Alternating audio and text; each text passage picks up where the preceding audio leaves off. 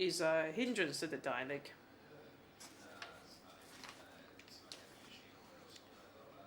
Dear Evelyn, well, you're a friend. I would also like to welcome and greet all the delegates that are still present at this hour, at the second day. Well, I'm not taking the floor for the first time now in this hall, but earlier on, the ambassadors used to take the floor at the beginning of the forum, so I would always start the session, start the conference, wishing a fruitful meeting and acknowledging the work of my friend Antonio Fallico. Now, I won't break with the past. The only thing is that I listened to many speakers during the past 2 days, and we've listened to dialogue, at times a monologue at this forum, and there is one thing which I wish to say, and that the contents have been very interesting. I've heard very interesting things being said. Now, as for my acknowledgement to Mr. Fallico, I would like to say that the forum, as guided by Antonio Fallico, has grew importantly, is a pan-European forum and may be compared to other pan-European events.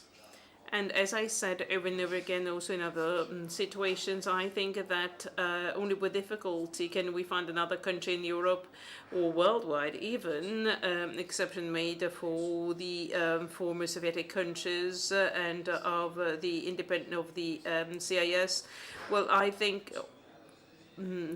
that only with difficulty can we find the countries devoting attention to the Euroasiatic integration and on the project that are underway in the Eurasia, but Italy. And that's why we're very grateful to our friends in Italy. Now, with reference to the question that was raised or to the questions that were raised, well, but professionally, me and my colleagues at the embassy, and I wish to answer your question, Evelina.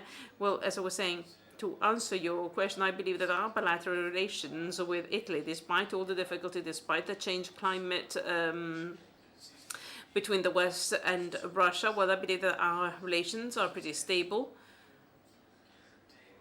And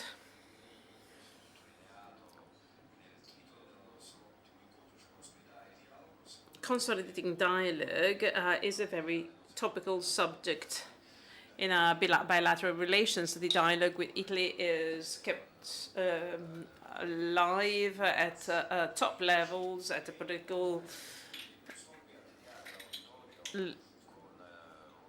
level. Now, I won't bore you quoting examples. Let me just quote a few.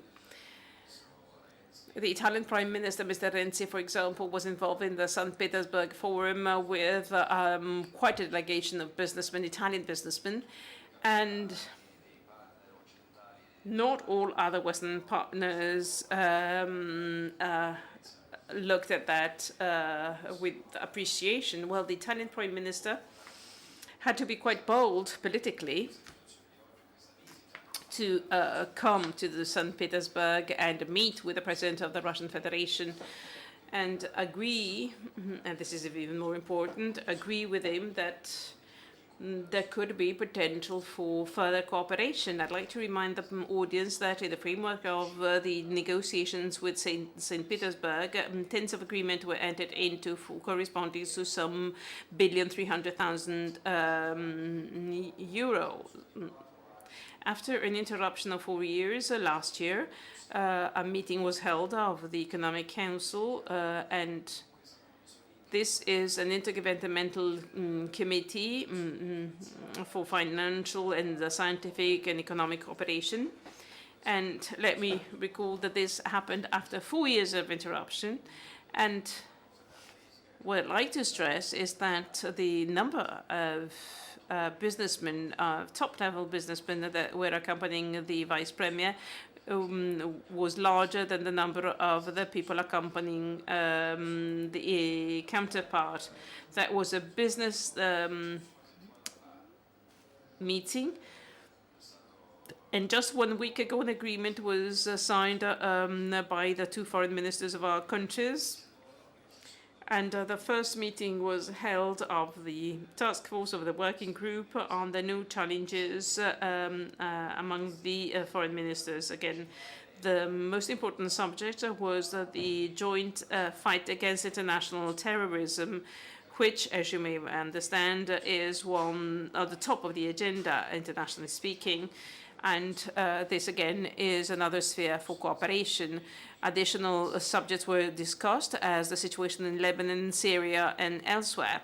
By the end of the year, we expect to welcome the Minister for Economic Development and Businessmen and the Foreign Minister of the Russian Confederation, so as to enter into bilateral agreements. So this list in itself proves that close ties exist between Russia and Italy. I was already given the possibility to take the floor and comment on trade and economic cooperation. There are objective reasons why the situation is not as rosy. Trade volume, for example, was equal to $54 million user, and that was in 2013. Last year it dropped importantly, and it is still declining nowadays, and that obviously is a reason for great sadness. There are many reasons explaining this. There are two objective set of reasons, i.e. the reduction of energy prices that account for some 80-85% of our exports to Italy. So despite the fact that the physical amount of our exports can remain unchanged, that the value declines anyway.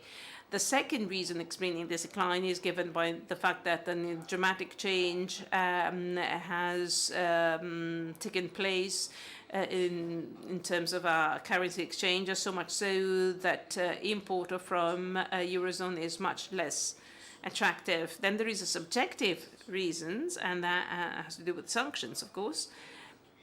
Sanctions are counterproductive. Indeed, they cause damage, especially in Italy, especially the damages are caused within the business community, and in that case, there can't be different opinions. There are also causes of force majeure. There are the decisions made by the European institutions that wanted to stress the Euro-Atlantic agreement, and Italy is a member in NATO as well. We don't feel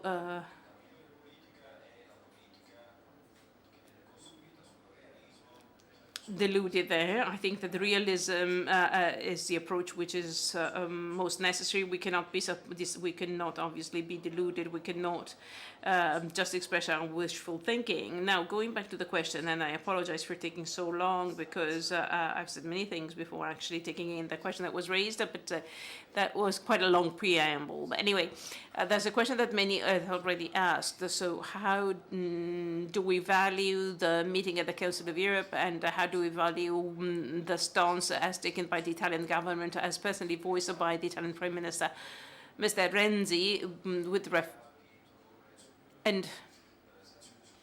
well, indeed, he said that no extraordinary sanctions are to be raised against us after the Syria crisis. And I'd like to reiterate once again that we duly consider this stance. We believe that this is the right approach. And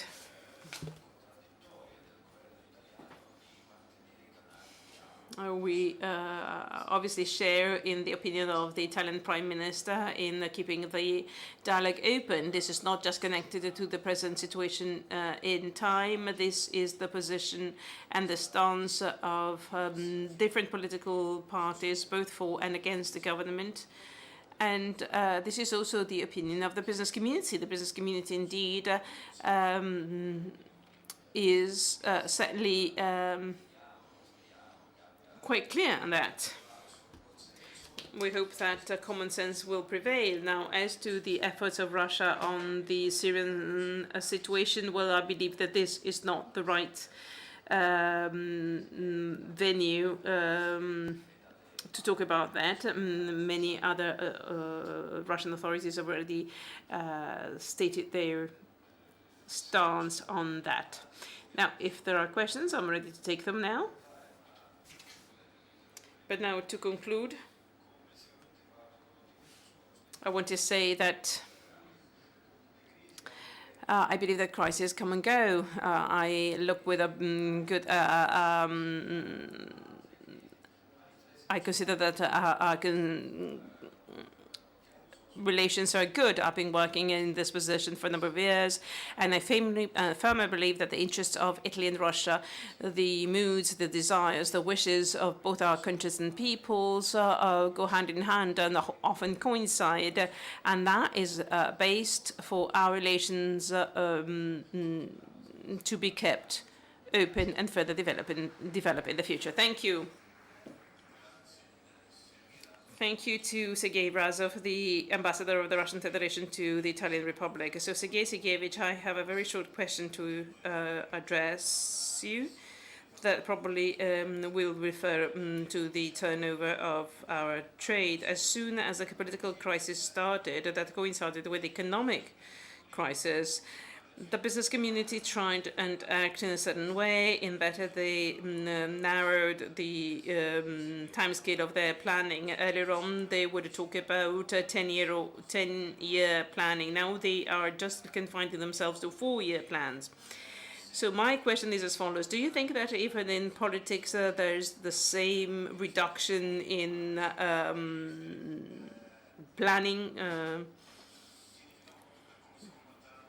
Does it have an impact on how entrepreneurs are going to act? Well, I believe that we have to invest in the future of our relationships. I believe that there's a clear political sign given to the business community. And I believe that to foster our cooperation and to see an increase in the business turnover, we have to work with, we have to be fully committed, as well as the entrepreneurs and the and SMEs.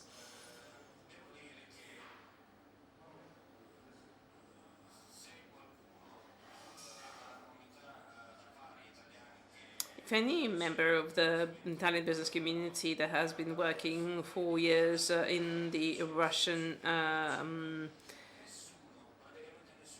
area, and there are some 400 of them, well, nobody has withdrawn from the market despite the difficulties, despite the sanctions. Well, the overwhelming majority of Italian businessmen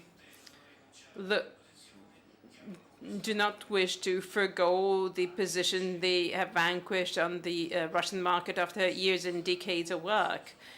The roots of our cooperation date back to many years ago. So obviously they understand that should they leave, the gap is going to be filled by somebody else. Now, with reference to the reduction in turnover, well, Italy ranks number 4 among the trade partners of the Russian Federation, and is now dropped to the as it ranked fifth, and the US ranked 4th now.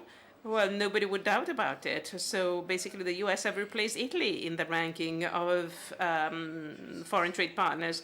So the promoter of the sanctions are the 4th trade partners, and the conclusions are for you to be drawn.